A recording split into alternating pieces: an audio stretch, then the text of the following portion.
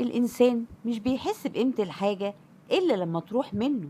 أيوة، طول ما الحاجة في إيده مش بتفرق معاه، بيكون ضامنها، لكن لو بعدت عنه يبقى هيتجنن ويرجعها تاني. وده في معظم الأوقات ما بيبقاش حب حقيقي، للأسف بيكون حب امتلاك.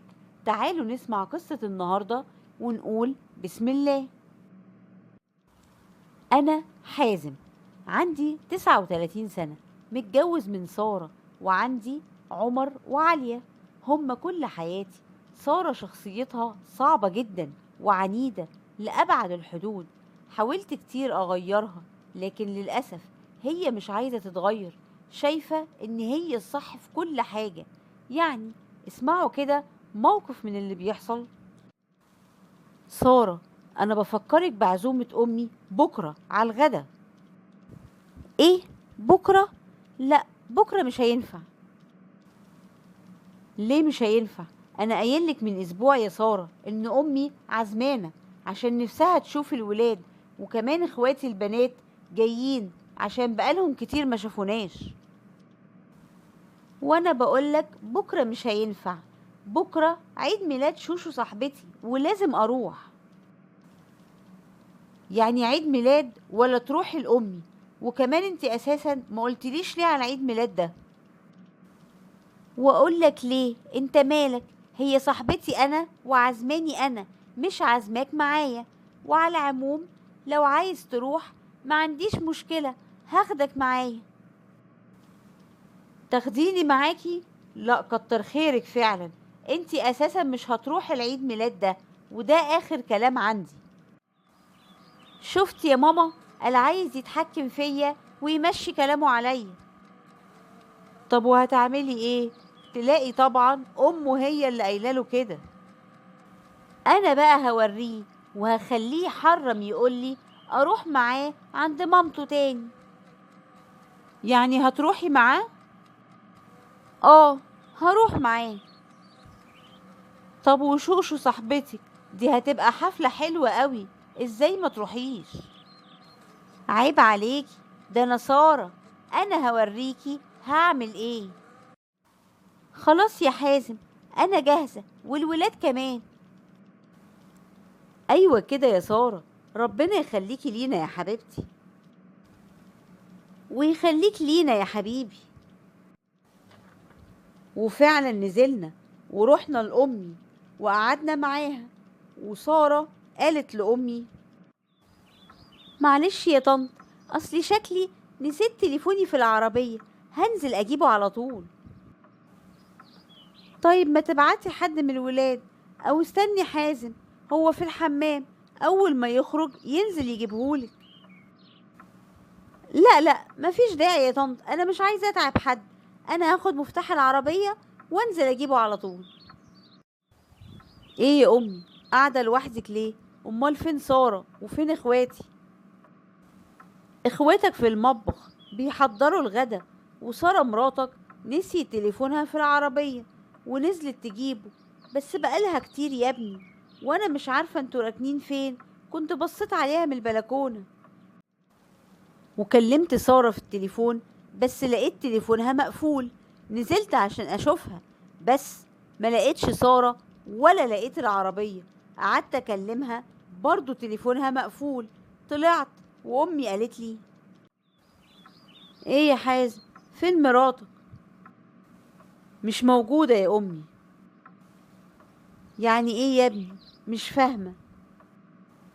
ولا انا فاهم حاجه يا امي، انا نزلت ما لقيتش العربيه ولا لقيتها. بابا، أنا عارفة ماما راحت فين. راحت فين يا عليا؟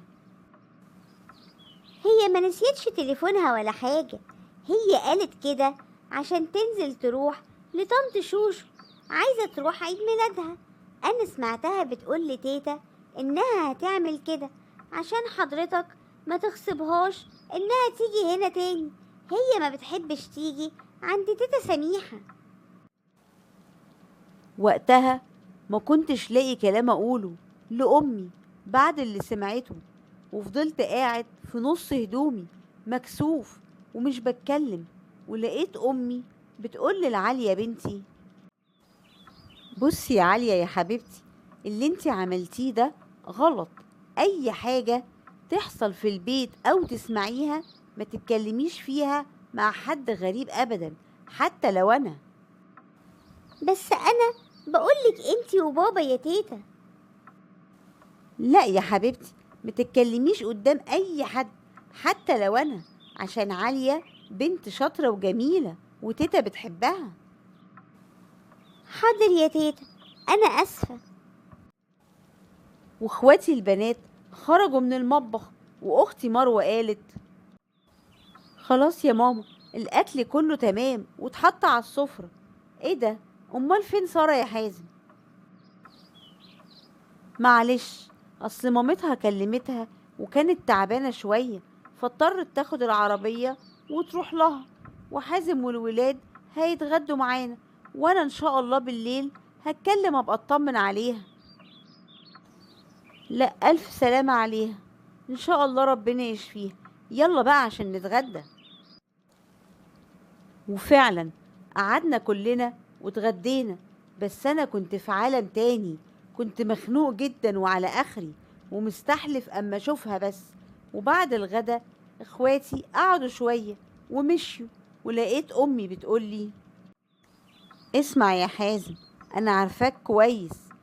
بص يا ابني، مش عايزاك تاخد قرار وقت نرفزة، لازم تفكر كويس قوي عشان ولادك.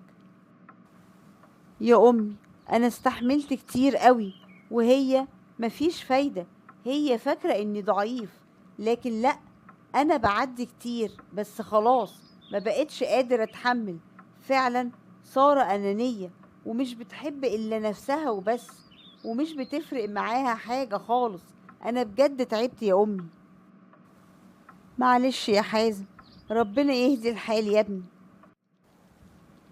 وخدت ولادي وروحنا، اصل الهانم قافله التليفون، وانا قعدت مستنيها في البيت لحد الساعه 12، ورجعت وقالت: ايه ده، انت لسه صاحي؟ حمدلله على السلامه. بذمتك في ست محترمه ترجع بيتها الساعه 12 بالليل؟ وايه يعني 12 بالليل؟ ما انت عارف ان انا كنت في حفله. بجد انتي بجحة قوي، يعني سبتيني انا وولادك ونزلتي من ورايا عشان تروحي لصاحبتك، وما فكرتيش في منظري هيكون ازاي قدام امي واخواتي، وتضحكي على امي وتقولي لها انك نازله تجيبي تليفونك من العربيه؟ والله انت اللي اضطرتني اني اعمل كده، قلتلك كذا مره ما بحبش اروح عند اهلك، وانت مصمم توديني هناك. خلاص استحمل بقى. بصي بقى يا سارة، ده آخر إنذار ليكي، لو ما اتعدلتيش واتغيرتي مش هيحصل لك كويس أبدا. بجد؟ طيب يلا بقى، أنا دماغي مصدعة من دوشة عيد الميلاد، مش ناقصة صداع. أنا هدخل أنام، ويكون أحسن برضو لو نمت مع الولاد عشان أعرف أنام براحتي. وعدت الأيام ومفيش فايدة في سارة، زي ما هي، وانا خلاص اتأكدت ان عمرها ما هتتغير. وفي يوم رجعت البيت وانا مهموم وحزين، ولقيت سارة بتقولي: ملك يا حازم، انا ملاحظة انك بقالك كده كذا يوم شايل الهم، في ايه؟ ايه اللي حصل؟ اخيرا خدتي بالك من حاجة. على العموم انا خلاص يا سارة سبت الشغل. ايه؟ سبت الشغل ليه؟ الشركة مشت نص الموظفين، ما انت شايفة الأحوال عاملة ازاي. طب وبعدين هتعمل ايه؟ هعمل ايه؟ مش عارف. يعني ايه مش عارف؟ لازم تعرف وتتصرف، امال هتصرف على البيت ازاي؟ قلتلك مش عارف، بس اكيد هدور على شغل تاني، بس كل اللي بطلبه منك انك تمشي البيت على القد، عشان الفلوس اللي معايا مش كتير، ولو خلصت مش هلاقي ااكلكوا واشربكوا. يا ترى سارة هتستحمل ظروف حازم وهتصبر عليه ولا هتعمل ايه؟ ده اللي هنعرفه في الجزء التاني. استنوني.